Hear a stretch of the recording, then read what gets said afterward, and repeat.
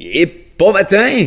Aujourd'hui, en direct de mon divan, j'étais en train de répondre aux commentaires et il y avait une question de Mike. Salut Mike! Je la trouvais intéressante. Je vais faire une vidéo avec ça. Donc, Mike me demande: Salut Pascal, curiosité, est-ce que tu lis tes textes de façon intégrale ou tu t'en sers comme guide? J'ai essayé à plusieurs reprises de lire et ouf! Que je me sens jamais à l'aise et je n'aime pas mon résultat. Je me rends compte que je suis pas mal plus à l'aise à me servir d'un texte comme guide. On a chacun nos méthodes. Je suis curieux de voir comment est-ce que tu travailles avec toute ton expertise. Tu sembles lire selon ce que je peux voir. Est-ce que j'ai raison? J'ai bien hâte de voir ta vidéo sur la rivière Matawan. Ça s'en vient, ça. Ça devrait être samedi.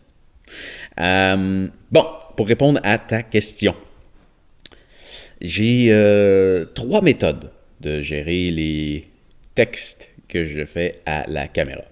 La première, comme dans ce cas-ci, c'est totalement de l'improvisation. Je sors ma caméra, bla bla bla bla bla, je parle. Ça mène à une fois de temps en temps. Et c'est ça. Ça donne ce que ça donne, comme ce que tu vois sur cette chaîne-ci. L'autre méthode que j'ai, c'est les bullet points. Ça, je vais l'utiliser surtout sur, par exemple, ma chaîne de tutoriel. Il y a un temps où est-ce que je me faisais des textes, ça devenait beaucoup trop compliqué. Non, comme tu dis, j'étais pas, ça faisait pas naturel, ça suivait pas, c'était dur à monter, c'était pas bien. C'était pas bien. Donc, les bullet points, tu vois, par exemple, si je m'en viens sur mon ordi ici, puis que je recherche mon guide de critique de montre. Tu vois ça, ben là, c'est mon guide de critique de montre. Puis là, ici, j'ai un paquet de points à discuter. Donc, je pars de ces points-là. Tu vois, là, quel type d'utilisateur je suis. Je me dis, bon, ça, c'est important de le mentionner au début. Précision du GPS, précision du capteur cardiaque, bref, plein de points comme ça. Juste ça, c'est assez pour me partir pour que je puisse en parler. Puis, je viens de tester la montre, donc je suis capable d'en parler. Mais avant de faire ma critique de montre, je prends... Ça, c'est un template de critique de montre. Puis, si tu viens voir ici, tu vois, il y a mon guide de la Garmin Instinct 2, Phoenix 7, tout. Donc, si je viens sur la Instinct 2, par exemple, j'ai les mêmes bullet points, mais je me suis rajouté des notes en dessous. Donc, je fais une recherche un peu plus poussée avant d'aller faire ma critique, où je me prends des notes pendant que je la teste pour être certain de m'en rappeler. Et avant d'aller faire un des points de critique, je vais relire mes notes, puis pouf, je pars, puis ça se fait tout seul. Par contre, là, quand on parle de documentaires, de vidéos de formation, la grosse vidéo sur les montres, ça c'était tout 100% écrit. C'est le type de vidéo où est-ce que je veux prendre le temps de choisir mes mots. C'est le genre de texte que j'écris avec un dictionnaire, puis un dictionnaire des synonymes, pour vraiment faire un beau texte. Ces textes-là, c'est surtout pour ma chaîne d'aventure. Eux, je les lis au complet. Là. Donc, je les apprends. Ben, ça, c'est le dernier, ça. Le dernier que j'ai fait sur la rivière Matawan, celle que tu vas voir samedi. C'était vraiment tout écrit. Donc là, ce que j'ai fait, c'est que je suis parti devant mon micro dans le bureau pour faire ma narration. J'ai fait la narration de ça au complet.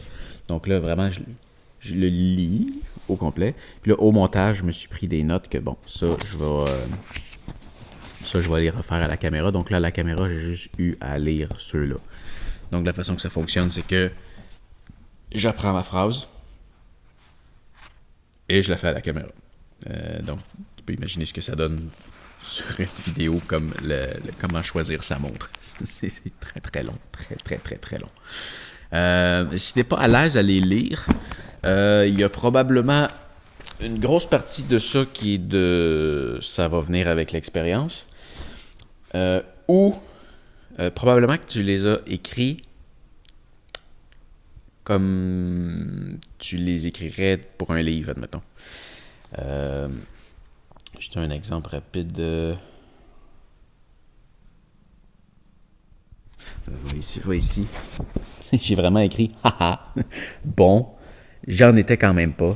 Si ça avait été un livre, j'aurais probablement écrit je n'en étais quand même pas. Mais tu sais, je l'écris.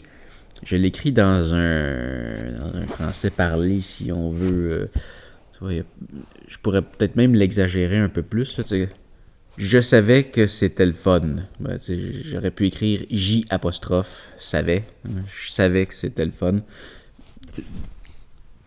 Parce que non, si je savais que c'était le fun, ça peut sortir moins naturel. Essaye de l'écrire dans un français naturel. Ça va sûrement. Dans un français parlé. Ça va sûrement t'aider à faire une narration si tu veux en faire une. Mais il y a définitivement des choses qui sortent mieux, comme la vidéo que je suis en train de faire en ce moment. C'est définitivement quelque chose qui sort mieux à l'improvisation. Ça prête pas à tout. Mais au début, quand je me suis mis à faire des vidéos, à part les vlogs au Japon, là, quand je me suis mis à faire des vidéos de formation, c'était tout 100% écrit, puis il y en a...